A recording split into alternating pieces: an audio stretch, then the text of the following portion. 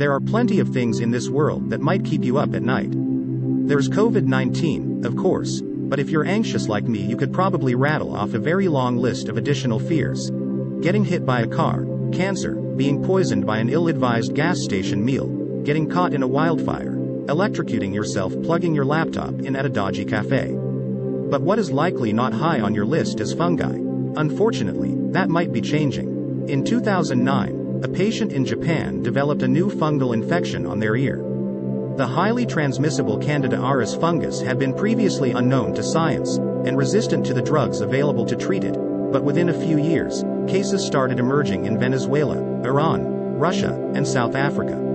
Scientists assumed that the spread was due to human travel, but when they sequenced the cases, they were surprised to find that these strains weren't closely related at all.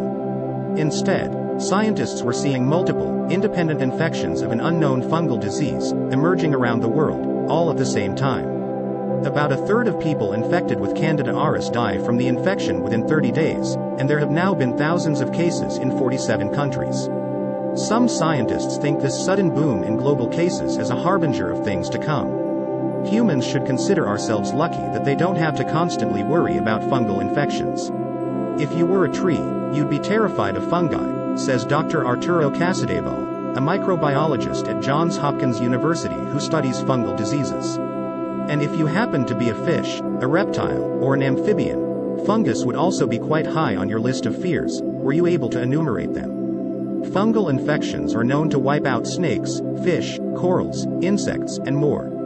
In recent years, a fungal infection called Batrachochytrium dendrobatidis, chytrid, has decimated amphibian populations around the world, with some scientists estimating that chytrid is responsible for population decline in over 500 amphibian species. To put that into context, that's around 1 out of every 16 amphibian species known to science. One of the reasons fungal infections are so common in so many creatures is that fungi themselves are ubiquitous.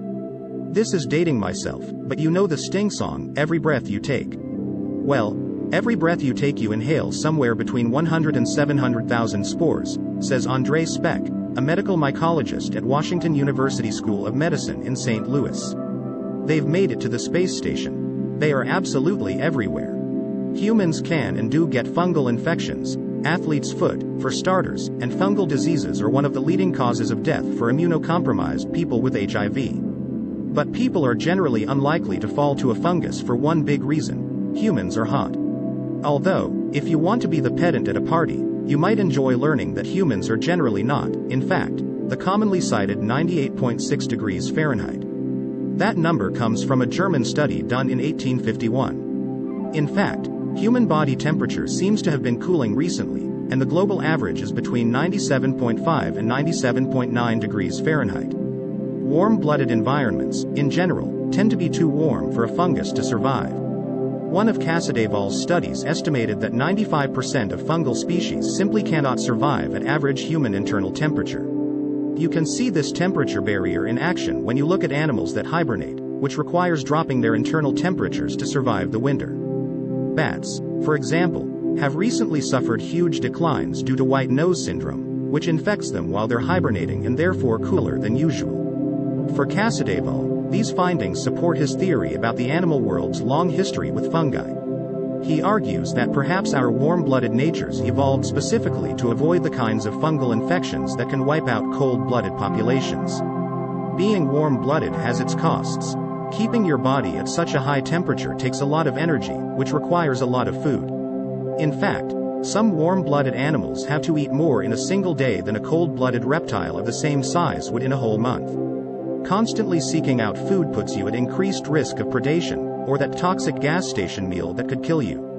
Why expend all that energy if you can simply bask in the sun? Of the many benefits to being warm-blooded, one of them, Casadevall argues, is the fungal filter.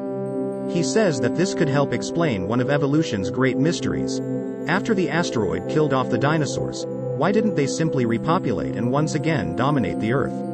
If the reptiles were so fit, how come we didn't have a second reptilian age? He asks. The reason that we are the dominant animal is because it was a fungal filter, he says.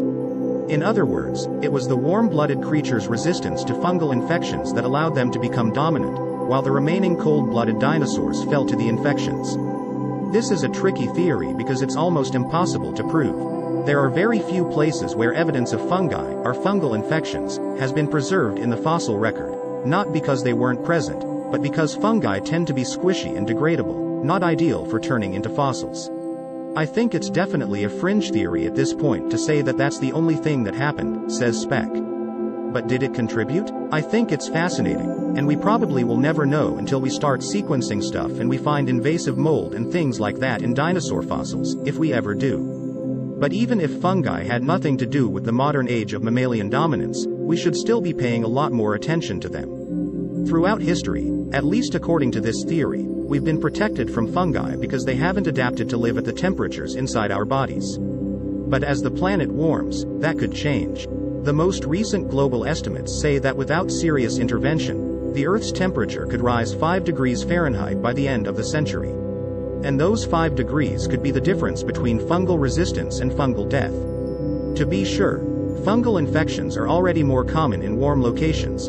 The rates of a fungus called cryptococcosis, which can be deadly to people with AIDS, can reach 30% in Africa, compared to just 5 to 10% in more temperate regions. But there's still a fine yet crucial line between internal human body temperature and the conditions in tropical environments. For a fungus to live or die, even a few degrees can make all the difference. As the world continues to warm, a growing number of places will approach internal human body temperature more of the time. Sooner or later, the fungi will learn to adapt. And if they do, they might find a whole new set of hosts in us.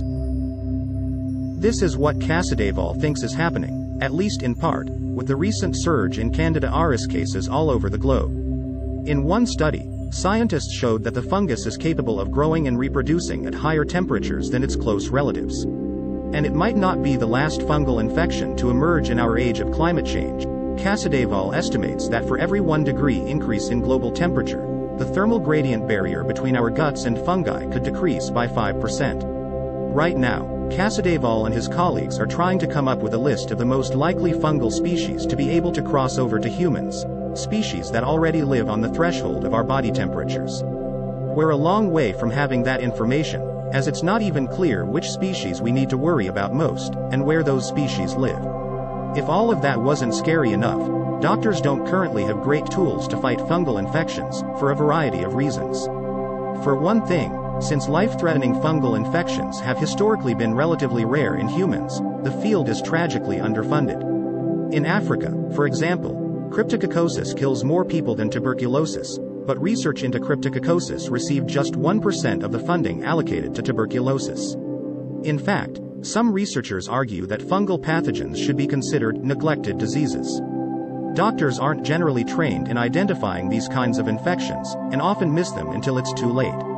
And even when they do identify them, only 3 kinds of antifungal drugs exist. Fungi are more closely related to humans than they are to viruses or bacteria, which means that, in general, things that kill them also kill us.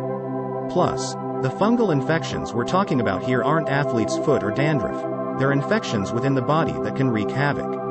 Already, over 300 million people globally contract serious fungal infection each year and over 1.5 million of them die. People with certain kinds of infections can develop fungal balls inside their lungs. I have taken care of many patients who've gotten wound infections and horrible, incurable musculoskeletal infections, where the fungus will eventually burrow out and drain, says Speck. And he often has no way of treating these patients. I can only refer them to hospice because there absolutely is nothing that works against them. So what happens next, and what should we do? Casadevall gave the same answer every scientist gives to this question. The field needs more funding. Humanity should be investing more in learning about what is the largest kingdom on the planet, he says. If the COVID pandemic has shown us anything, it's that we should be better prepared for disease outbreaks. It's relatively clear that we're not ready for the next pandemic, even if it were another coronavirus. Yet we knew far more about coronaviruses as a class than we do about many of these potentially risky fungi. The world of things that could kill us is larger than we thought, and very possibly growing. Let us know your thought on this, in the comment box. For daily video updates subscribe to Only Facts.